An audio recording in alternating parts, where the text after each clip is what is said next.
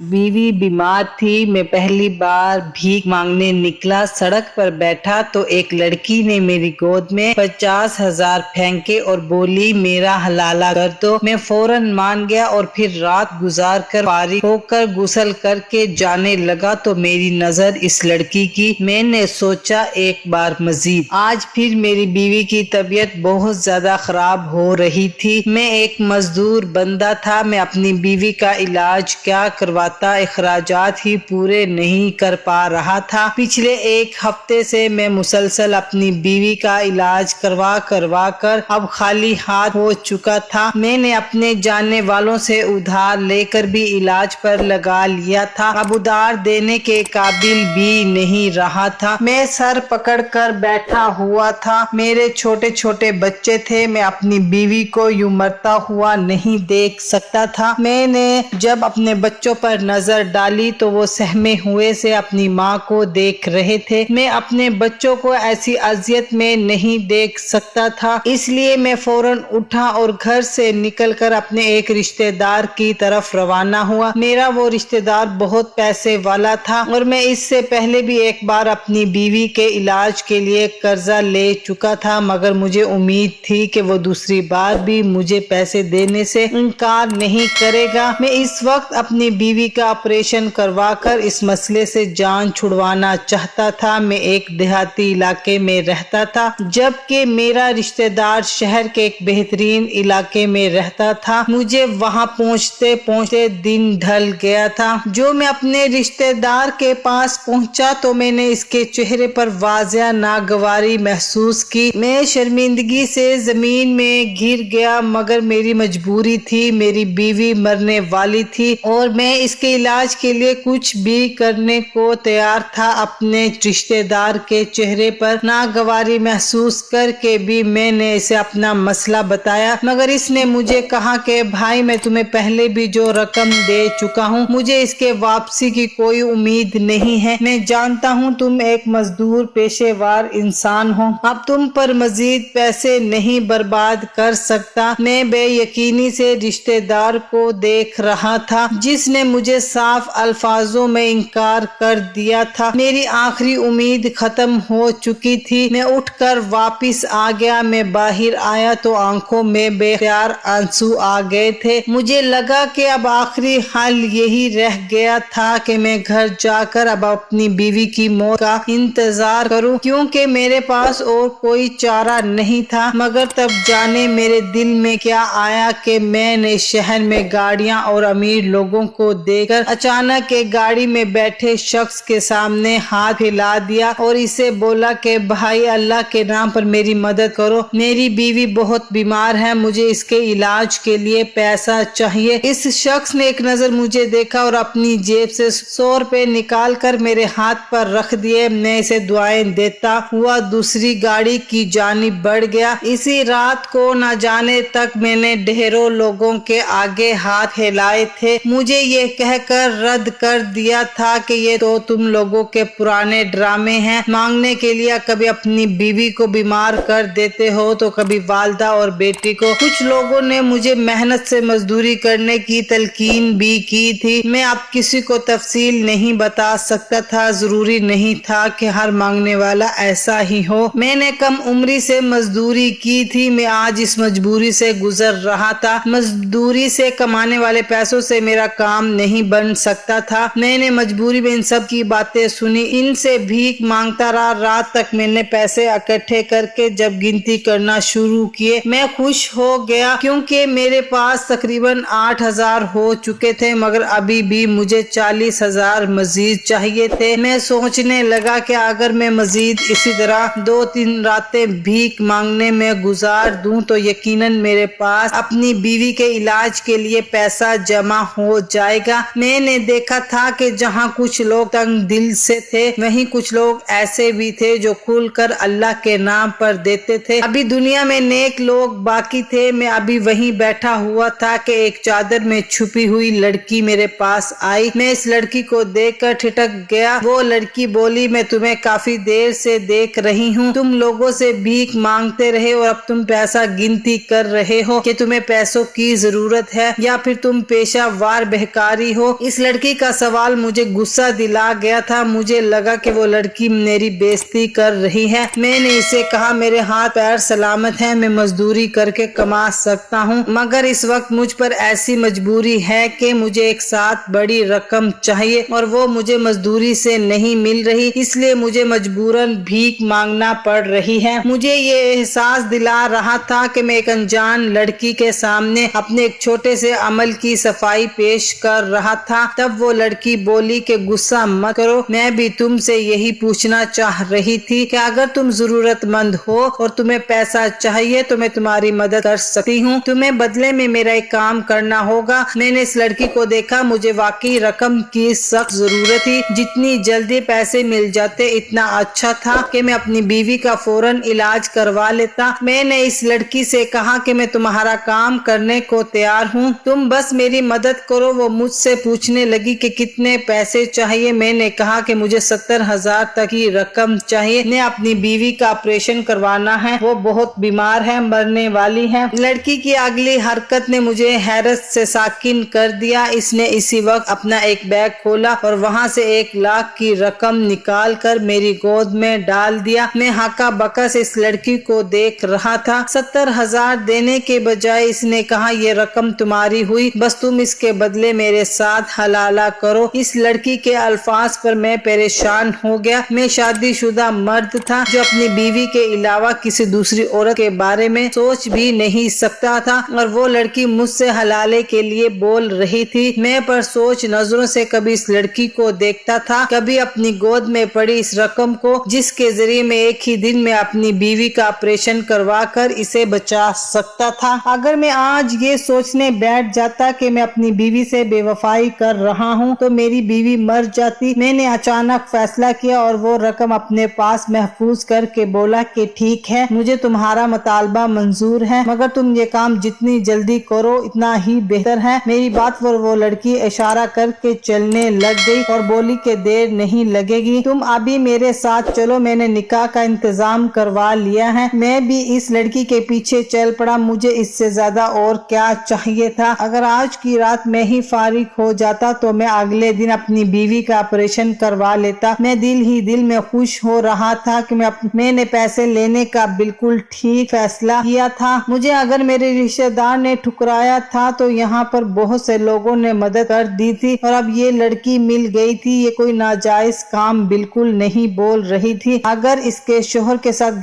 गलती से तलाक हो चुकी थी तो इससे बेहतर और क्या था कि मेरी मदद से वो दोबारा अपना घर बसा सकती थी और मैं भी अपनी परेशानी इस रकम से दूर कर लेता। इससे इसके शोहर का दोबारा साथ मिल जाता, मुझे मेरी बीवी की जिंदगी मिल जाती, दोनों की ही मुश्किल आसान हो जाती। लेकिन मुझे अंदाजा नहीं था कि मैं क्या कर रहा हूँ। मैं इस लड़की के साथ जाते हुए बार बार यही सोच रहा था कि अगर मेरी बीवी को ये बात पता चली तो क्या वो मुझे माफ करेगी। मिडिल क्लास घराने की लड़कियां शायद इतनी अपने शोहर के लिए जज्बाती नहीं होती होंगी, मगर मेरी बीवी मेरे लिए बहुत ज्यादा जज्बाती थी। हम दोनों की मोहब्बत की शादी थी। मेरी बीवी मेरी फूफो की बेटी थी और इसके माँ बाप की वफात इसके बचपन में ही हो चुकी थी। इसने बहुत बुरे हालात देखे थे। अगर यूं कहा जाता है कि इसने जिंदगी में सिर्फ एक इंसान से मोहब्बत की थी और वो मैं था, तो ये बात गलत ना होगी। वो मेरे बहुत करीब थी और मुझे किसी से बांटने का तसव्वुर भी नहीं कर सकती थी। मैं अपनी बीवी का जज्बातीपन भी जानता था। अगर आज मेरी बीवी यहाँ पर मौजूद होती तो अगर वो मरने को तरजीह देती, मगर मुझे अपनी जिंदगी में यूं बांटने का सोच भी नहीं सकती थी। रात के पहर में एक लड़की के साथ एक घर में पहुंच गया। वो एक बहुत खूबसूरत घर था। लड़की मुझे लेकर घर के अंदर दाखिल हो गई और अपने मोबाइल पर किसी को फोन मिलाती तेजी से हदायत देने लगी। यकीनन निकाह का इंतजाम कर रही थी। इसके इशारा करने पर मैं एक तरफ सोफे पर बैठ गया। अपनी बीवी की बीमारी की परेशानी तो अब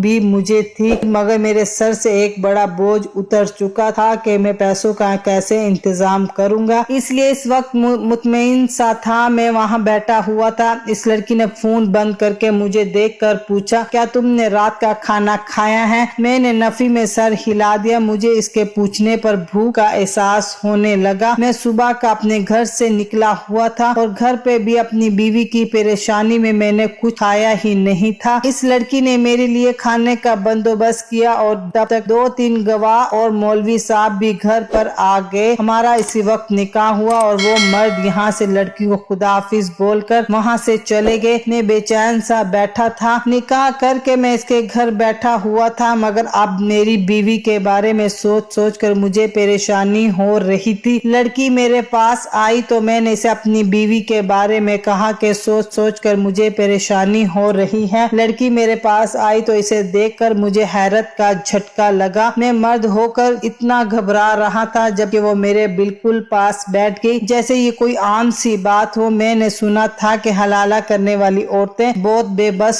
होती हैं। अपने शोहर के अलावा खुद को किसी दूसरे मर्द के हवाले करना कोई आसान बात नहीं होती। न जाने इस लड़की का शोहर कौन था जो मंजरे आम से बिल्कुल गायब था, और वो लड़की यहाँ इतने इत्मीनान के साथ एक अनजान मर्द को अब साथ निकाह करके ले आई थी। मैंने सोचा कि शायद ये कोई शहर की रवायत होगी, शायद यहाँ की औरतें ऐसे ही बेबाक होती होंगी। मैं सोचों में गुम था। वो लड़की मेरे पास बैठी और बोली कि तुम क्या सोच रहे हो? अगर तुम निकाह करके पछता रहे हो तो फिक्र मत करो, कल सुबह तक तुम फारिग हो जाओगे और तुम मुझे फौरन तलाक देकर जा सकते हो। इसके बाद हमारा कभी सामना नहीं होगा तो कोई परेशानी की बात भी नहीं होगी। अगर कभी सामना हुआ भी सही तो ना मैं तुम्हें पहचानूंगी ना तुम मुझे पहचानना। तुम घर बार वाले हो और इस फिक्र में मुब्तला हो कि तुम्हारी बीवी को कैसा महसूस होगा। तुम परेशान मत हो, तुम अपनी बीवी को कुछ मत बताना। तुम ये सिर्फ एक बेबस लड़की की मदद करने के लिए कर रहे हो। इस लड़की की बातों से मुझे बहुत दर्द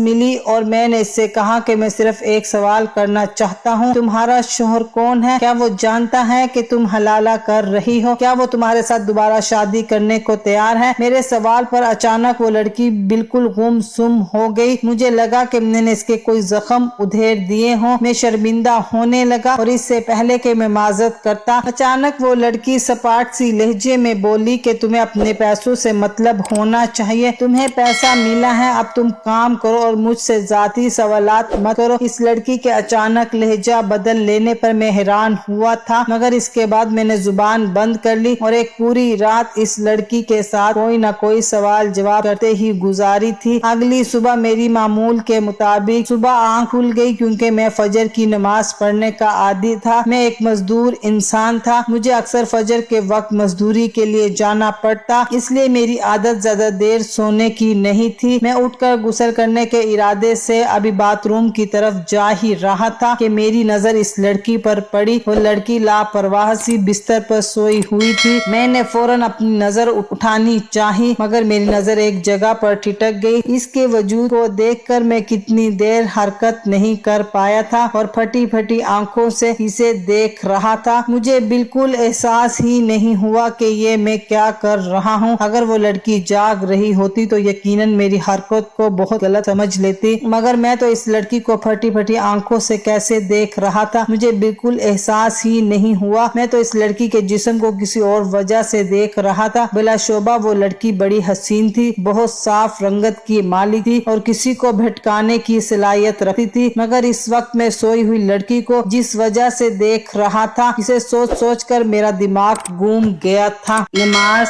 कज़ा होने का सोच कर मैं फौरन गुस्ल करने चला गया और नमाज अदा करके फारिग हुआ तो एक बार फिर बिस्तर पर नजर डाली। वो लड़की अभी भी वैसे ही सो रही थी। मेरा काम हो चुका था, पैसे मेरे पास मौजूद थे। इस लड़की ने मुझसे रात को ही कह दिया था कि तुम सुबह मुझे तलाक देकर चले जाना, मगर मैं इस वक्त तलाक देकर जाने के बजाय वहीं बैठा इस लड़की को देख रहा था। यहाँ तक कि इतने दिनों की मुसलसल परेशानी के बाद आज पहली बार मेरे दिमाग से मेरी बीवी निकल चुकी थी, बल्कि मैं इस लड़की को सोच रहा था। मैं कितनी देर वैसे ही बैठा रहा, यहाँ तक के दिन निकल गया और वो लड़की भी जाग गई। मैं इसे इसी तरह ही देखता रहा, न जाने इसके जिस्म पर जो था इसका क्या मामला था। मुझे शदीद हैरत हो रही थी, आखिर इस लड़की का राज क्या था। आंखें खोलकर जब इस लड़की की नजर मुझ पर पड़ी तो वो चौंक गई और हैरत से मुझे देखने लगी और फिर बोली कि शायद तुम मेरे जागने का इंतजार कर रहे हो, तुम्हें मुझे जगा कर तलाक देकर चले जाना चाहिए था। मैं अमूमन देर से ही उठती हूँ, तुम्हें अपनी अपनी बीवी का ऑपरेशन भी करवाना था। लड़की परेशानी से बोल रही थी। मुझे लगा वो अभी भी नींद में है क्योंकि इसने खुद को चादर से छुपाया नहीं था। तभी वो लड़की भी मेरी मुसलसल नजर खुद पर महसूस करके बुरी तरह चौंक गई। फिर नागवारी से बोली, तुम इस तरह जम कर क्यों बैठे हो? क्या तुम भूल गए हो कि हमारे दरमियान क्या तय हुआ था? तुमने मेरे साथ सिर्फ हलाला करना था और मुझे तलाक देकर यहाँ से चले जाना था। तुम इस तरह क्यों बैठे मुझे देख रहे हो? तुम मुझे तलाक दो और यहाँ से जाओ। अब हमारे दरमियान कोई ताल्लुक नहीं है। लड़की मुझे सख्ती से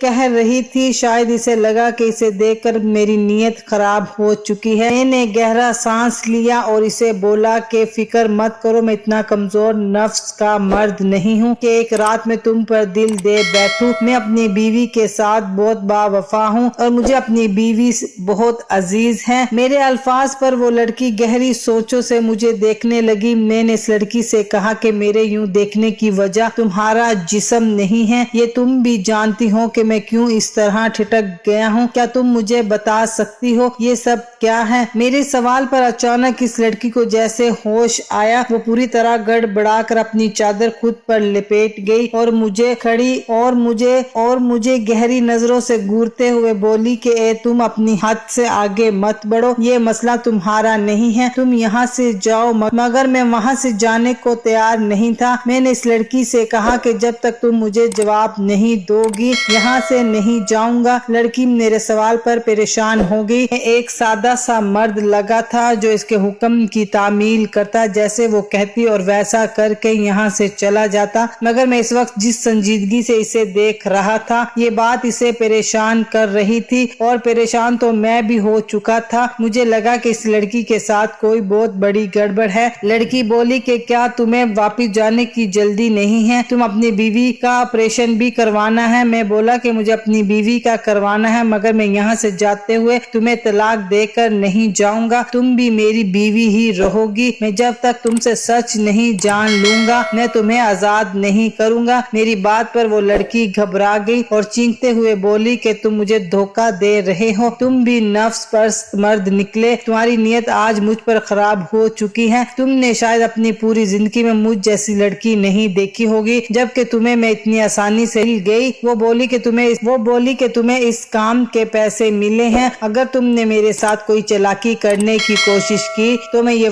पैसे वापस ले लूंगी। तो मैंने इसे बोला कि मैंने तुम्हारा मुतालबा और पैसे को नहीं किया। ना मैं ये भूला हूँ कि हमारे दरमियान क्या तय हुआ था। मुझे सब याद है और मैं अब भी तुम्हें तलाक देने को तैयार हूँ, मगर तुम मुझे सच बता दो। वो लड़की मेरी जिद पर बुरी तरह जिच हो गई और बोली कि मैं पागल थी कि तुम जैसे मर्द को खुद पर सवार कर बैठी। तुम मुझे ख्वाह अपनी बीवी समझकर रोक के जा रहे हो, जबकि हमारे दरमियान सिर्फ हलाले की बात हुई थी। मैंने मजबूत लहजे में बोला कि तुम्हें छूने पर अपना इरादा नहीं बदला है, लेकिन इस वक्त मैं यहाँ से जा रहा हूँ। अपनी बीवी का इलाज करवाना चाहता हूँ। तुम खुद ही देर कर रही हो। मैंने ये घर देख लिया है। मैं यहाँ पर दोबारा वापस आऊंगा। अगर तुमने इस घर से कहीं जाने की कोशिश की तुम खुद ही फंसोगी, क्योंकि तुम अब भी मेरे निकाह में हो और तुम ये सब जानते हुए अपने शोहर के वापस नहीं जा सकोगी। मैंने इसे कहा परेशान नहीं हूँ, मैं ऐसा वैसा मर्द नहीं हूँ, ना ही मेरी तुम पर कोई नीयत खराब हुई है। मैं अपनी बीवी से वाकई बहुत मोहब्बत करता हूँ। मुझे सिर्फ सच जानना है। इसे जानने के बाद मैं तुम्हें फौरन तलाक दे दूंगा। मुझे भी तुमसे मजीद कोई वास्ता नहीं रखना। तुम जहाँ भी जाओ मेरे से कोई मतलब नहीं है। वो लड़की मेरी बातों से परेशान हो गई, मगर इसका अंदाज बता रहा था कि वो मुझे कोई भी बात बताने से कतरा रही है। मैं पलटकर वहाँ से चला गया और लड़की मुझे आवाजें देती रह गई, मगर मैंने इसकी कोई आवाज का जवाब नहीं दिया। मैं बुरी तरह उलझा वहाँ से रवाना हुआ और एक टैक्सी लेकर अपने घर पहुँचा। मेरी बीवी की हालत बहुत ज्यादा खराब हो चुकी थी और बच्चे रो रो कर बेहाल हो चुके थे। मेरी बीवी मुझे भीगी आंखों से देखने लगी। इसे यही लग रहा था कि मैं इसे छोड़कर जा चुका हूँ। मैंने अपनी बीवी को टैक्सी में लटाया और अपने बच्चों को वहीं करीब घर में रहने वाली अपनी खाला के पास छोड़कर मैं अपनी बीवी को शहर ले आया। इसे अस्पताल में दाखिल करवाकर मैंने ऑपरेशन की रकम जमा करवाई। डॉक्टर ने फौरन इसका ऑपरेशन कर दिया। मैं पूरा दिन वहीं बैठा रहा और हैरत की बात तो ये थी कि अपनी बीवी की परेशानी के साथ साथ मेरे दिमाग पर वो लड़की भी बुरी तरह सवार सवार थी। इस लड़की का जिस्म याद आ रहा था जो मैं इसके जिस्म पर देख चुका था। वो बात मुझे भूल नहीं रही थी। मैं चाहकर भी खुद को सोचने से रोक नहीं पा रहा था। मैंने खुद को बहुत समझाने की कोशिश की कि मैं इस लड़की को तलाक देकर जान छुड़ा लूं, मेरा इससे मसला नहीं है, मगर मैं ऐसा नहीं कर पाया था। दिन के दूसरे हिस्से में 4-5 घंटों के सब्र आजमा कर इंतजार के बाद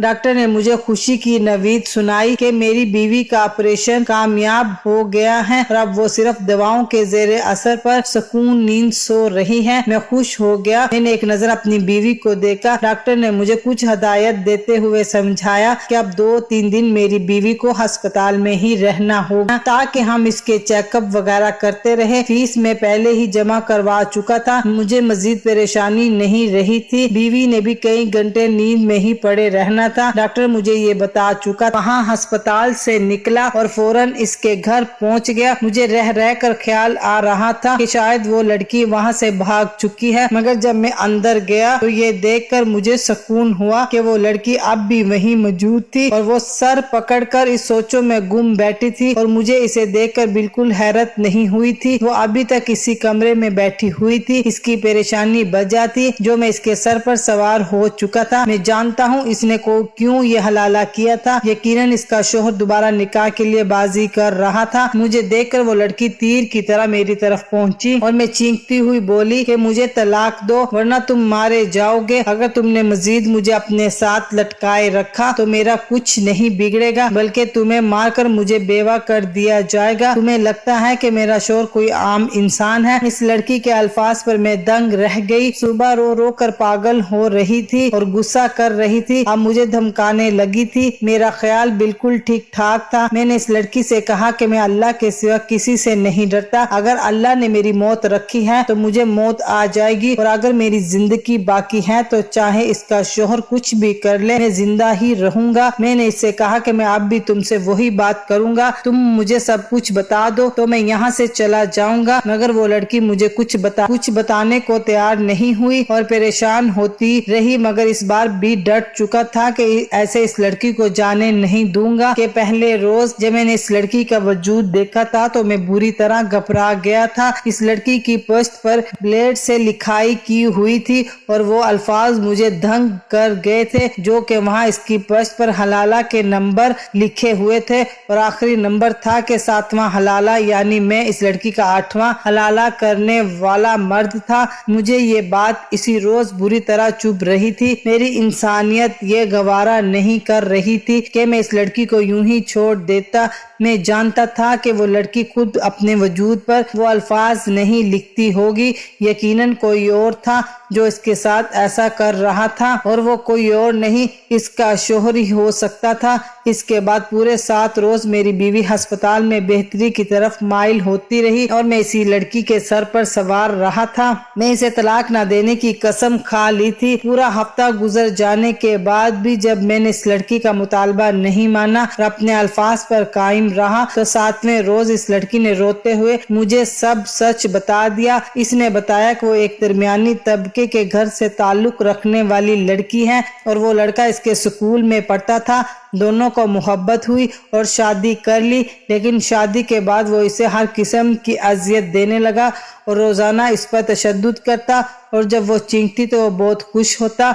वो बोली कि मेरी शादी को मुश्किल साल हुआ है, मगर मेरे शोहर न जाने कितनी बार मुझे जानबूझकर तलाक देकर दूसरे मर्दों के हवाले कर देता है और सख्ती से बोलता है कि मैं हलाला करके इनके पास आऊं और जब मैं हलाला करके इसके पास पहुंच जाऊं तो दिलेर से मेरी पस्त पर हलाले का नंबर दर्ज कर देता है। मैं तकलीफ से चिल्लाने लगती हूं तो खुशी से कह के लगाते जाने इसे कैसे मुझे तकलीफ देकर तस्कीन मिलती है। लेकिन मैं गरीब की बेटी हूँ, मेरी और भी बहनें हैं। अपने घर वालों की इज्जत के लिए मजबूर हूँ क्योंकि इस मर्द से कोई मुकाबला नहीं कर सकती और वो पैसे वाला और बाख्तियार है। वो बोली कि इस बार भी वो मुझे तलाक देकर बैरून मुल्क चला गया था। इसके आने में चंद दिन बाकी हैं। तुम मुझे तलाक दे दो ताकि वो मुझे और तुम्हें कुछ ना कहे।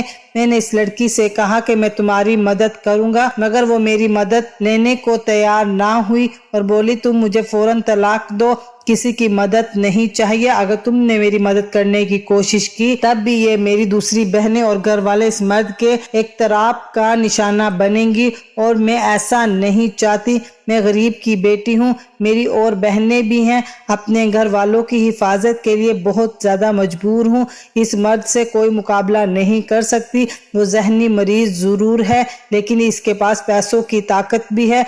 वो बोली कि इस बार तुम मुझे तलाक दो और मजबूरन मुझे इस लड़की को तलाक देना पड़ी। मैं उदास था, वहाँ से वापस आ गया। अपनी बीवी को अस्पताल से डिस्चार्ज करवा कर मैं घर ले गया मगर मेरे दिमाग से वो लड़की नहीं निकली थी।